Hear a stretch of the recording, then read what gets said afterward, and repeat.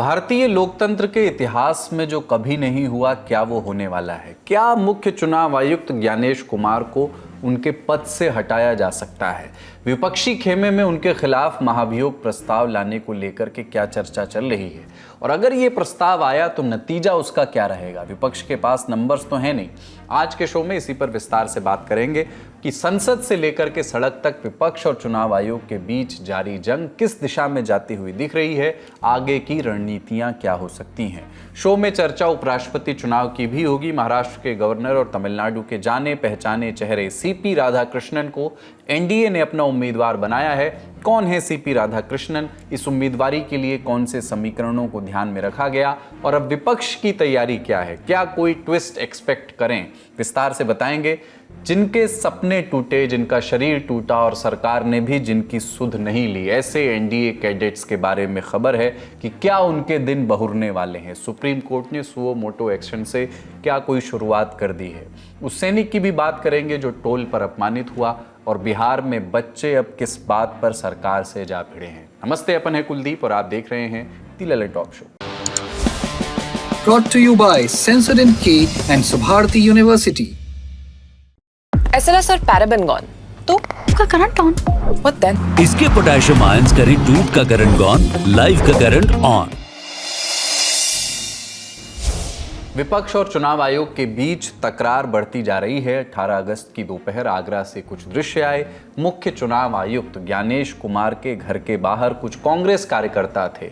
लबों पर वोट चोरी नहीं चलेगी जैसे नारे थे, हाथों में तख्तियां थीं जिनमें ज्ञानेश कुमार को आगरा छोड़ने के लिए कहा जा रहा था। एक तरफ आगरा में ये प्रोटेस्ट चल रहा था और दूसरी तरफ दिल्ली में मंथन में कई विचार। पहला, उपराष्ट्रपति चुनाव के लिए इंडिया ब्लॉक का उम्मीदवार कौन होगा, और दूसरा, मुख्य चुनाव आयुक्त के खिलाफ महाभियोग प्रस्ताव।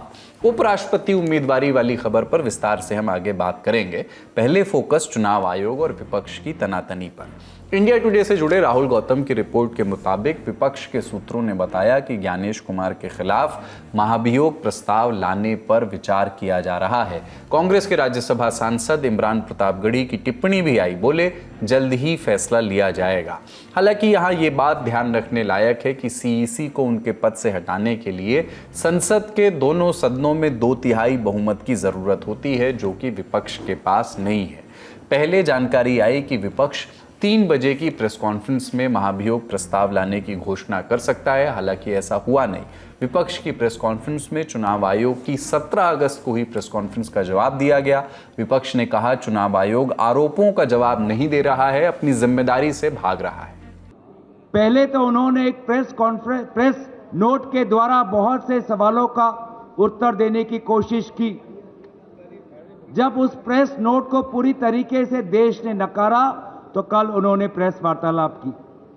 लेकिन प्रेस वार्तालाप में जो उनकी संवैधानिक कर्तव्य है कि एक निष्पक्ष चुनाव हो, फ्री एंड फेयर इलेक्शन हो, उन्होंने पूरी तरीके से अपने इस जिम्मेवारी को नकारा। और इसीलिए साफ साफ जाहिर होता है कि अब चुनाव आयोग ऐसे कुछ अफसरों के कमान में हैं जो निष्पक्ष नहीं, साफ साफ एक पक्ष लेते हैं। और इसीलिए ऐसे अफसर कोई भी इंक्वायरी या जांच के खिलाफ हैं। वोटर फ्रॉड में अगर कोई इंक्वायरी हो उसके खिलाफ है। और इसीलिए उनको लगता है कि बड़ी बड़ी बातों करके वो राजनीतिक दलों को डराएंगे। विपक्ष की प्रेस कॉन्फ्रेंस के दौरान समाजवादी पार्टी के वरिष्ठ नेता और राज्यसभा सांसद रामगोपाल यादव ने भी चुनाव आयोग पर आरोप लगाए। कहा कि वोटिंग गड़बड़ी से जुड़े हलफनामे दायर किए गए थे, लेकिन चुनाव आयोग ने कोई कार्रवाई नहीं की। इसी तरह से टीएमसी और आरजेडी नेताओं ने भी अपनी बात रखी। कहा कि चुनाव आयोग अहंकार में चूर है। इंडिया ब्लॉक से आधिकारिक तौर पर दूरी बना चुकी आम आदमी पार्टी की भी प्रतिक्रिया आई। पार्टी के वरिष्ठ नेता और राज्यसभा सांसद संजय सिंह ने कहा कि वोट चोरी को छिपाने के लिए चुनाव आयोग आधारहीन बातें कर रहा है। प्रतिक्रिया जनसुराज पार्टी के फाउंडर प्रशांत किशोर की भी आई। बोले चुनाव आयोग को नेता विपक्ष राहुल गांधी के आरोपों का जवाब देना चाहिए, लेकिन वो प्रेस कॉन्फ्रेंस कर माफी मांगने की मांग कर रहा है। भाई एक बार को हटाइए, राहुल गांधी ने कहा या नहीं कहा, पब्लिक डोमेन में तो ये जानकारी है। इलेक्शन कमीशन स्वायत्त संस्था है। In the interest of transparency and trust in electoral process, election commission को स्वेच्छा से ही ये कहना चाहिए था कि भाई ये मुद्दे संज्ञान में लाए गए हैं, इसकी हम लोग जांच कर रहे हैं, जांच करके हम ये बिंदुवार उसका उत्तर दे रहे हैं। बजाय उसके इसको Rahul Gandhi versus election commission versus Rahul Gandhi बनाने का कोई मतलब नहीं है। विपक्ष ने चुनाव आयोग की जिस प्रेस कॉन्फ्रेंस की बात की वो 17 अगस्त को हुई।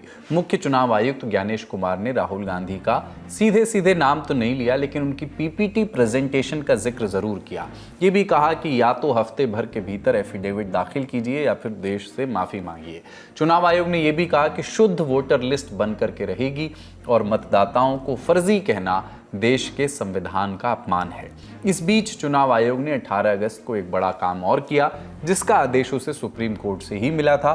बिहार एसआईआर के तहत ड्राफ्ट वोटर लिस्ट से हटाए गए 65 लाख नामों की लिस्ट सार्वजनिक कर दी गई। बिहार के चीफ इलेक्टोरल ऑफिसर ने बताया कि कई पोलिंग बूथ्स पर लिस्ट लगा दी गई। नाम हटाने का कारण भी बताया गया है। ये भी जानकारी आई कि चुनाव आयोग जल्द ही इस लिस्ट को ऑनलाइन भी अपलोड करेगा, क्योंकि ऐसा करने का आदेश भी सुप्रीम कोर्ट की ओर से मिला हुआ है। 22 अगस्त तक चुनाव आयोग को इस संबंध में रिपोर्ट दाखिल करनी है। भारत का चुनाव आयोग एक मजबूत लोकतांत्रिक संस्था रहा है। आज़ादी से लेकर अब तक कभी ऐसा मौका नहीं आया जब मुख्य चुनाव आयुक्त के खिलाफ महाभियोग प्रस्ताव लाया गया हो। संविधान के अनुच्छेद 324(5) में इसकी व्यवस्था की गई है। क्या कहता है ये अनुच्छेद?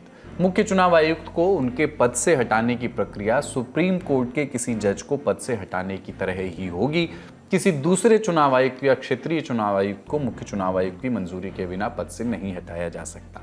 इस अनुच्छेद से इतर कुछ प्रावधान chief election commissioner and other election commissioners act 2023 में भी किए गए हैं। इस कानून में मुख्य चुनाव आयुक्त सहित बाकी चुनाव आयुक्तों की नियुक्ति, सेवा शर्तों और कार्यकाल के बारे में नियम बनाए गए हैं। वहीं अगर मुख्य चुनाव आयुक्त को सुप्रीम कोर्ट के जज की तरह पद से हटाने की प्रक्रिया की बात करें तो तार जजेस इंक्वायरी एक्ट 1968 की धारा 3 से जुड़ते हैं, जो कहती है कि इम्पीचमेंट मोशन लाने के लिए या तो लोकसभा में 100 या फिर राज्यसभा में 50 सांसदों के सिग्नेचर की जरूरत होगी। सांसदों के सिग्नेचर के बाद मामला लोकसभा अध्यक्ष या राज्यसभा सभापति के पास जाएगा। दोनों माननीय या तो इस नोटिस को स्वीकार कर सकते हैं या फिर अस्वीकार कर सकते हैं। प्रस्ताव स्वीकार होने के बाद जांच के लिए कमेटी बनाई जाएगी, जिसमें 3 सदस्य होंगे, जैसे कि हम जस्टिस यशवंत वर्मा मामले में हम देख रहे हैं इस समय। कमेटी की रिपोर्ट और दोनों सदनों में 2/3 बहुमत से पारित होने के बाद प्रस्ताव राष्ट्रपति के पास भेजा जाएगा, जो अंतिम आदेश देंगे। हालांकि जैसा कि हम पहले ही बता चुके हैं, विपक्ष के पास किसी भी सदन में 2/3 बहुमत नहीं है। ऐसे में चीफ इलेक्शन कमिश्नर के खिलाफ महाभियोग प्रस्ताव सांकेतिक तौर पर लाया जा सकता है, एक मैसेज देने के लिए, जैसा कि पूर्व उपराष्ट्रपति जगदीप धनखड़ के मामले में देखा गया था। भारतीय लोकतंत्र के इतिहास में पहली बार किसी उपराष्ट्रपति के खिलाफ महाभियोग प्रस्ताव लाया गया था। हालांकि इस प्रस्ताव को भी मंजूरी नहीं मिली थी। ये तो हो गई बंद कमरों में हो रही बैठकें और टेक्निकल बातें, रणनीतिक बातें। ग्राउंड पर क्या हो रहा है? एक्शन का केंद्र बिहार बना हुआ है। राहुल गांधी के नेतृत्व में वोटर अधिकार यात्रा निकाली जा रही है। 16 दिनों तक चलने वाली इस यात्रा का आज दूसरा दिन रहा। सबसे पहले राहुल गांधी औरंगाबाद के देव पहुंचे, जहां उन्होंने सूर्य मंदिर में पूजा की, जल चढ़ाया और मंदिर की परिक्रमा भी की।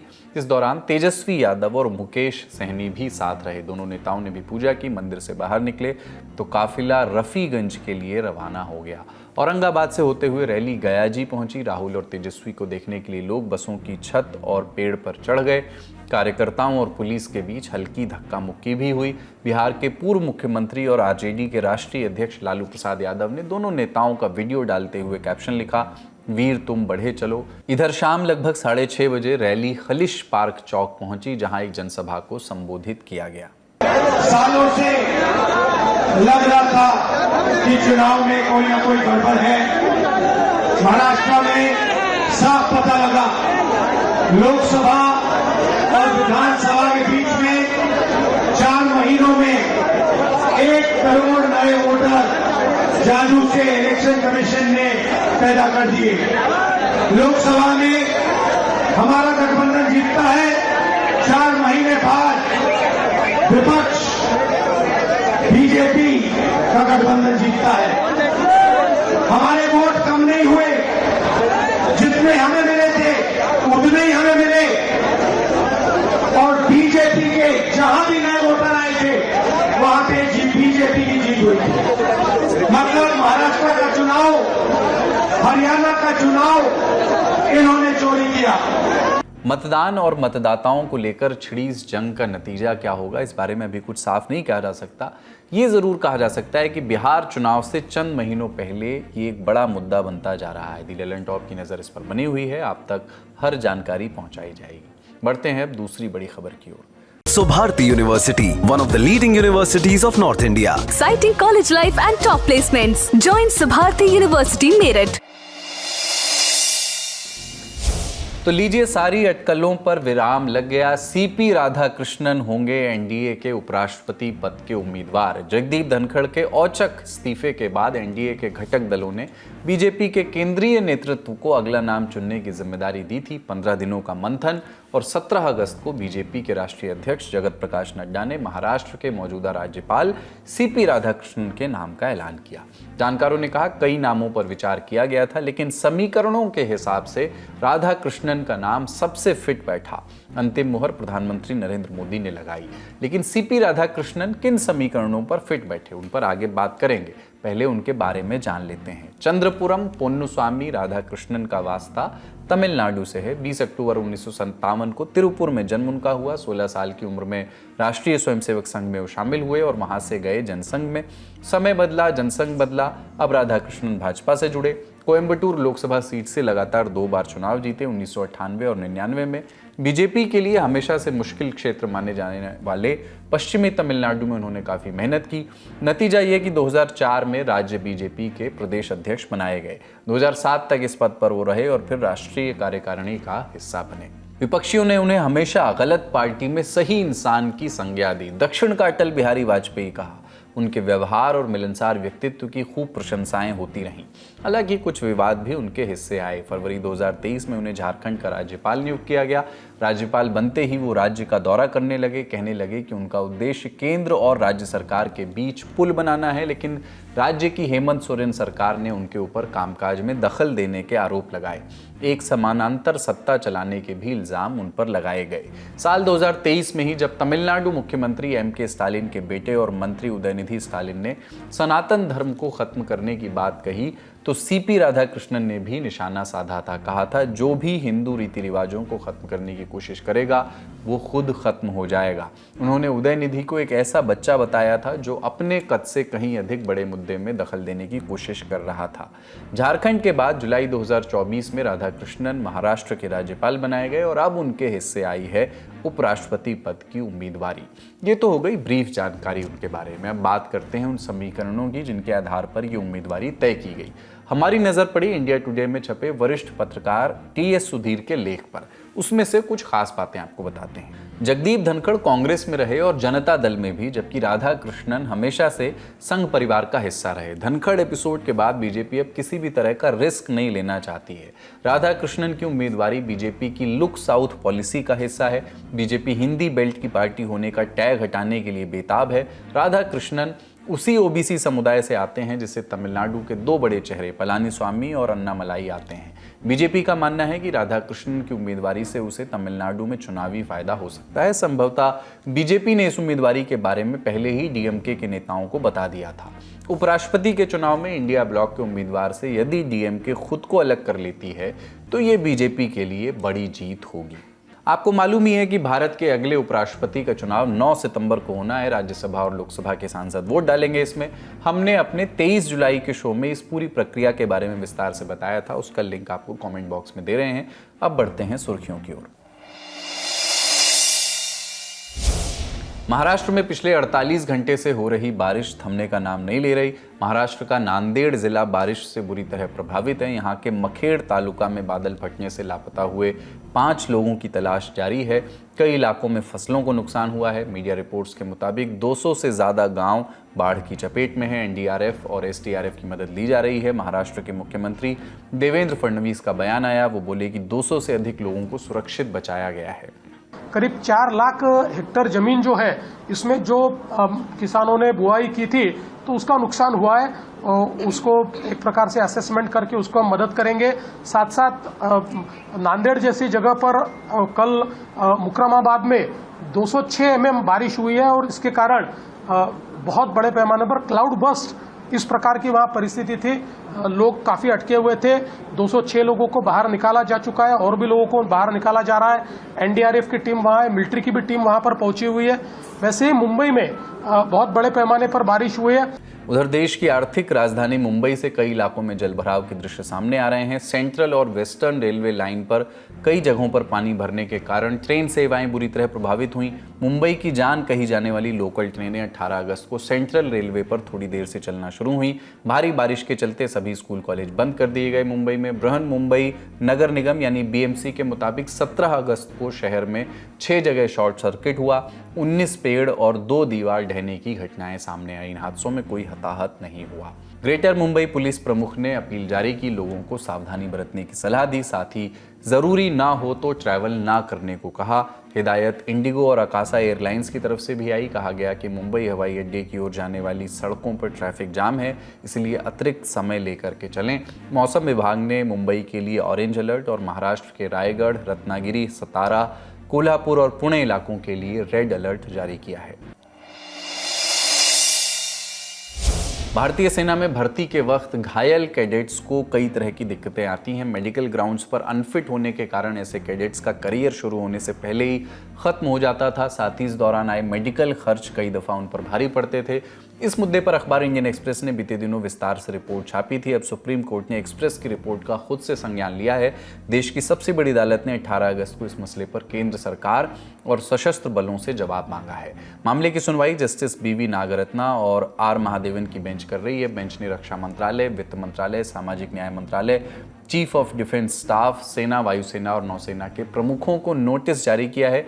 कोर्ट ने पूछा कि क्या केंद्र सरकार इन कैडेट्स के लिए ग्रुप मेडिकल इंश्योरेंस योजना लागू कर सकती है। इसके अलावा क्या रिकवरी के बाद इन कैडेट्स को डेस्क जॉब जैसे अन्य रोल दिए जा सकते हैं। कोर्ट ने अगली सुनवाई में केंद्र से जवाब मांगा है। रिपोर्ट के मुताबिक 1985 से अब तक एनडीए यानी नेशनल डिफेंस एकेडमी जैसे संस्थानों से करीब 500 कैडेट्स को ट्रेनिंग के दौरान डिसेबिलिटी के कारण डिस्चार्ज किया गया है। नियम बताते हैं कि ऐसे जख्मी कैडेट्स को एक्स सर्विसमैन का दर्जा नहीं दिया जा सकता। अगर ये दर्जा उन्हें मिलता तो बतौर एक्स सर्विसमैन उन्हें हेल्थ स्कीम का फ़ायदा मिलता, जिससे मिलिट्री हॉस्पिटल में उनका फ्री में इलाज हो पाता। फिलहाल ऐसे कैडेट्स को मेडिकल खर्च के लिए सिर्फ 40,000 रुपये मिलते हैं, लेकिन ये सभी को नहीं मिलता और इलाज में कई दफ़ा लाखों का खर्च आता है। अगली सुर्खी भी सेना के एक जवान से ही जुड़ी है। उत्तर प्रदेश के मेरठ में भुनी टोल पर जमकर बवाल मचा हुआ है। टोल पर एक सैनिक के साथ हुई हाथापाई के कारण लोगों में गुस्सा है और ये गुस्सा उन्होंने टोल बूथ पर निकाला। आसपास के गांव के लोग बड़ी संख्या में टोल पर पहुंचे। जमकर तोड़फोड़ की गई, जिससे टोल प्लाजा को काफ़ी नुकसान पहुंचा। मीडिया रिपोर्ट के मुताबिक गुस्साई भीड़ ने टोल बूथों पर लगे कंप्यूटर, एसी और फर्नीचर को तोड़ दिया। दरअसल 17 अगस्त की रात मेरठ निवासी कपिल अपने भतीजे के साथ कार से दिल्ली के लिए निकले थे। कपिल सेना में जवान हैं और छुट्टियों में अपने घर आए थे। छुट्टियां खत्म होने के बाद दिल्ली जा रहे थे, जहां से उन्हें श्रीनगर की फ्लाइट पकड़नी थी। रिपोर्ट के मुताबिक कपिल जब भुनी टोल प्लाजा पर पहुंचे तो वहां लंबी लाइन लगी थी। उन्होंने टोल कर्मियों को अपना आईडी कार्ड दिखाया और जल्दी जाने की रिक्वेस्ट की।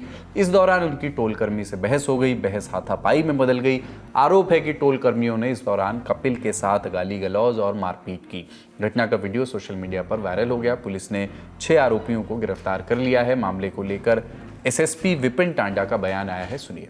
पुलिस ने मौके पर जब जाकर जानकारी की तो ज्ञात हुआ कि ये जो वादी पक्ष है वो एक फौजी है जो अपनी छुट्टी से लौट रहे थे और उनके साथ जो टोल कर्मी है किसी बात को लेकर उनका झगड़ा हुआ और टोल कर्मियों ने वहां पर तैनात लोगों ने उनके साथ मारपीट की। इस पर पुलिस ने मामले की गंभीरता को देखते हुए तत्काल वादी पक्ष का मुकदमा दर्ज करवाया, उनका मेडिकल करवाया, गंभीर धाराओं में मुकदमा दर्ज हुआ है और साथ ही में इसमें तत्परता पूर्वक कार्यवाही करते हुए वीडियो के आधार पर 6 लोगों की शिनाख्त कर गिरफ्तारी की जा चुकी है।